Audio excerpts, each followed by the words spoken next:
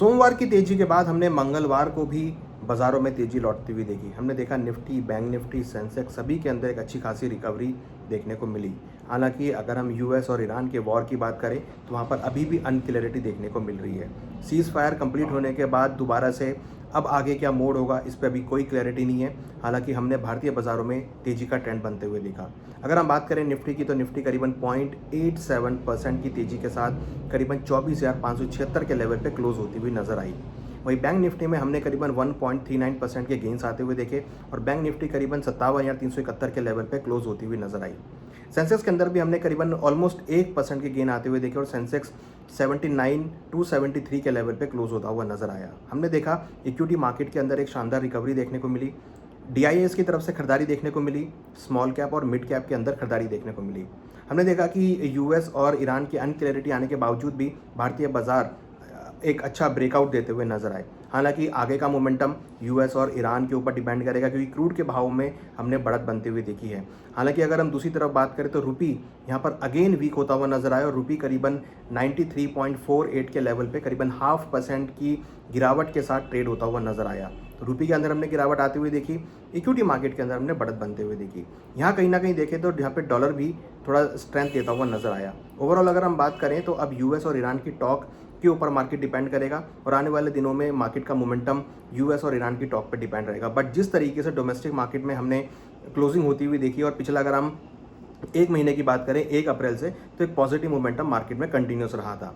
हालांकि अभी भी हमें लगता है कि आने वाले दिनों में मार्केट का ट्रेंड पॉजिटिव हो सकता है।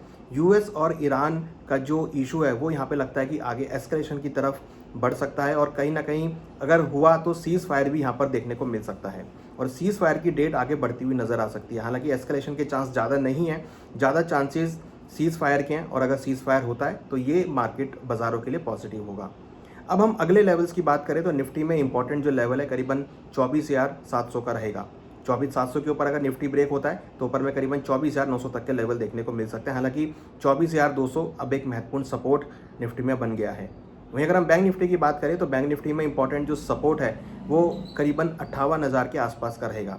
58,000 का लेवल अगर बैंक निफ्टी ब्रेक करती है तो फिर 59,000 तक के लेवल आपको देखने को मिल सकते हैं। हालांकि 56,500 एक अच्छा support, strong support bank Nifty में देखा गया है।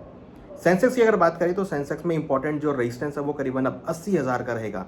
80,000 का लेवल अगर ब्रेक होता है तो फिर 81,000 तक के लेवल आपको सेंसेक्स में देखने को मिल सकते हैं।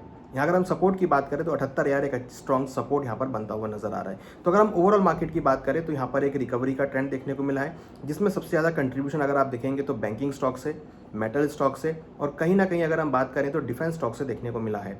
साथ में ऑटो स्टॉक्स के अंदर भी अच्छी खासी बढ़त देखने को मिल रही है। साथ में पावर स्टॉक के अंदर भी हमने एक अच्छा खासा मोमेंटम आते हुए देखा। तो अगर हम देखें तो अक्रॉस द बोर्ड सभी सेक्टर्स में अच्छी खरीदारी देखने को मिली है। रिजल्ट्स ओरिएंटेड अगर आप देखेंगे तो रिजल्ट्स भी कंपनी के अच्छे आते हुए दिखाई दी, जिसकी वजह से एक पॉजिटिव मोमेंटम बना है। रिकवरी यहाँ पर देखने को मिल रही है। केवल इंटरनेशनल कारणों की वजह से हम भारतीय बाजारों में एक मिला जुला कारोबार देख रहे हैं और अगर कोई भी नेगेटिव इंडिकेशन आता है तो थोड़ा सा यहाँ पर मार्केट कॉशियस होगा। तो हमें लगता है कि आने वाले दिनों में मार्केट का मूड माहौल पॉजिटिव हो सकता है, बट यहाँ पे थोड़ा कॉशियस रहने की ज़रूरत है। कोई भी नेगेटिव न्यूज़ आती है तो फिर एक प्रॉफिट बुकिंग आपको देखने को मिलेगी, बट कहीं ना कहीं अगर कोई भी सीज फायर की न्यूज़ आती है तो उससे मार्केट को सपोर्ट आता हुआ दिखाई देगा। ओवरऑल हमारा मानना है कि मार्केट में आगे भी पॉजिटिव ट्रेंड देखने को मिल सकता है और बाय ऑन डिप्स की स्ट्रेटेजी मार्केट्स में देखने को मिल सकती है।